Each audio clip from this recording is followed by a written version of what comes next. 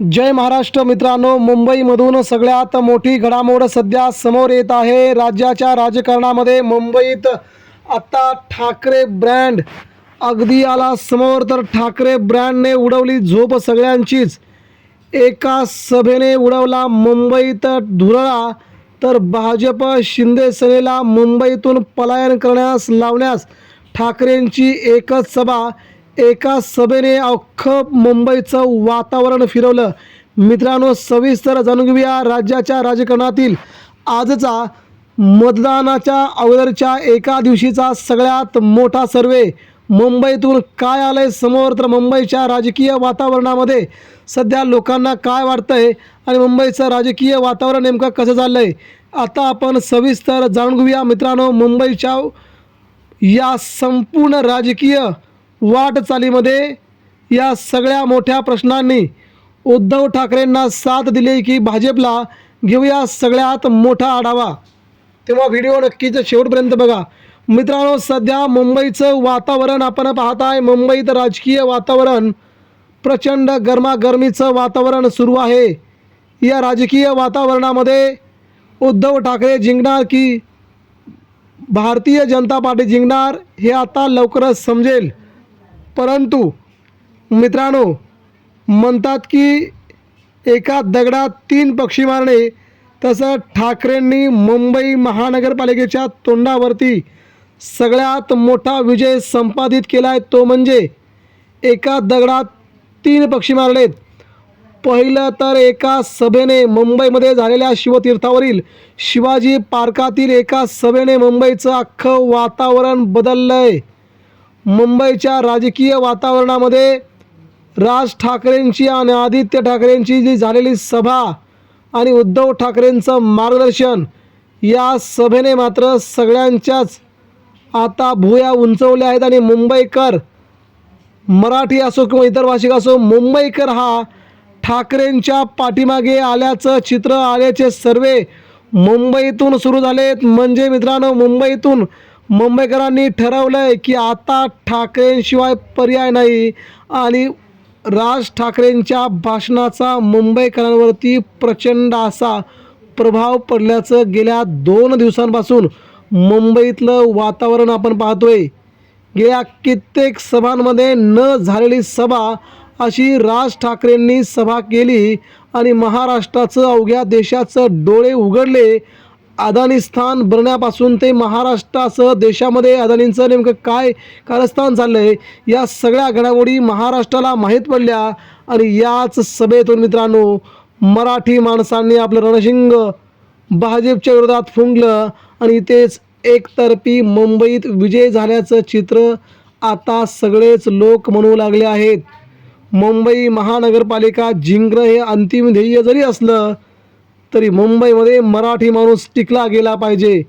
मुंबईमध्ये मराठी माणसांना नोकऱ्या मिळाल्या पाहिजेत. मुंबई ही महाराष्ट्राची अस्मिता आहे आणि मराठी ही महाराष्ट्राची अस्मिता आहे, ती टिकली गेली पाहिजे. या एकाच तत्वावरती महाराष्ट्रामध्ये शिवसेना आणि मनसेने आपला राजकीय गुलाल उधळण्याची जी सुरुवात केली होती, अखेर तिथपर्यंत येऊन आपण पोहोचलो आहे. म्हणून मित्रांनो, राज ठाकरेंच्या एका सभेने मुंबईचं अख्खं चित्र बदललं आहे. आणि याच कारणास्तव मुंबईवरती शिवसेनेचा, महाराष्ट्र नवनिर्माण सेनेचा भगवा आता फडकल्याशिवाय राहणार नाही. अनेक मातब्बर नेत्यांना इथे पराभव सहन करावा लागेल. कारण की मित्रांनो, मुंबईकर एक झाला, मराठी माणूस एक झाला, इतर सगळेच लोक एकत्र आहेत. मुंबईकर म्हटलं की सगळ्या जाती धर्माचे लोक त्यात आले. या सगळ्यांनी ठरवलं आहे मुंबईमध्ये पाहिजे तर आता ठाकरे ब्रँड पाहिजे.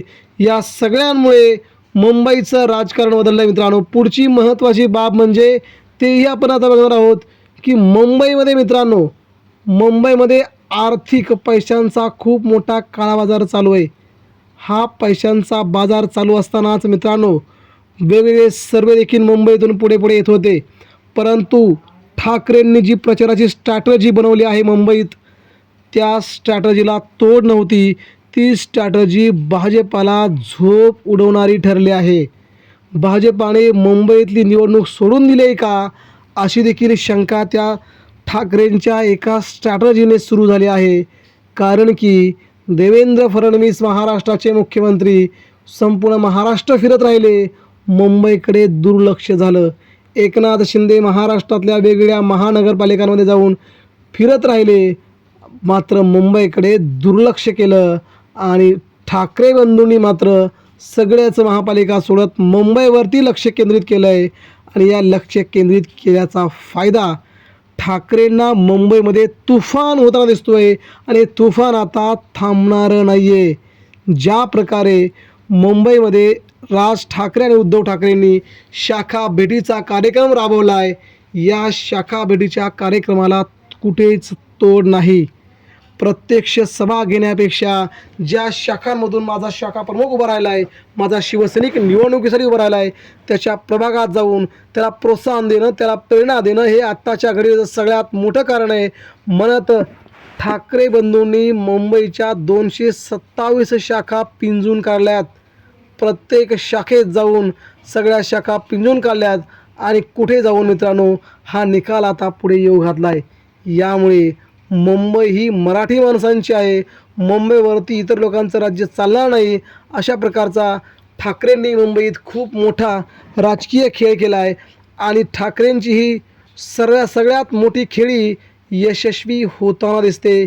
उद्धव ठाकरे राज ठाकरे शाखेत आले म्हणजे सगळ्यांचं भाग्य आहे, असे काही मेसेज मुंबईतून फिरले. या सगळ्या घडामोडीमुळे मित्रांनो मुंबईचं राजकारण आता मात्र उद्धव बाळासाहेब ठाकरे आणि राज ठाकरे यांच्या भोवती फिरल्याचं सगळीकडून आता समजू लागले. एकंदरीत चित्र असे मुंबईत मित्रांनो, राज ठाकरे उद्धव ठाकरेंच्या एका सभेने मुंबईतलं भाजपचं वादळ शमलंय आणि ठाकरेंचा भगवा ध्वज डौलाने आजपासूनच फडकायला लागला आहे. एवढी ताकद, एवढी हिंमत ठाकरेंच्या शिवसैनिकांमध्ये आता निर्माण झालं दिसतं आहे. यामुळे मुंबई महानगरपालिका हातातून जाणार नाही हे ठाकरेंनी ठरवलं होतं आणि अगदी तशाच प्रकारचं वातावरण झालं. आणि मुंबई ही आपलीच आहे, मुंबईमध्ये आवाज देखील आपलाच आहे, मुंबईमध्ये सगळी मराठी अस्मिता देखील आपलीच आहे हे लोकांनी ठरवलं. आणि एकदाचा हा निकाल मित्रांनो 16 तारखेला लागेलच. 16 तारखेला मुंबईत ज्या प्रकारचं राजकारण बघायला मिळेल तिथे मात्र उद्धव ठाकरेंचा मोठा विजय मुंबईत आपल्याला पाहायला मिळेल. राज ठाकरेंना अद्वितीय जागा मिळतील. या 2 घडामोडी मुंबईत आगामी काळात घडणार आहेत, या सगळ्यांकडे आपलं लक्ष असणार आहेत. मात्र मित्रांनो सध्या मुंबईच्या राजकारणामध्ये उद्धव ठाकरेने मात्र सगळ्यात मोठी झेप घेतल्याचं सध्या दिसतंय आणि मुंबईत पुन्हा एकदा ठाकरे राज असणार यातील मात्र शंका नसल्याचं दिसून येतंय. याबद्दल मित्रांनो आपणास काय वाटतंय, आपण देखील आपल्या प्रतिक्रिया आमच्यापर्यंत पोहोचवा. मुंबईत एका सभेनं वातावरण बदललं, प्रतिक्रिया द्या.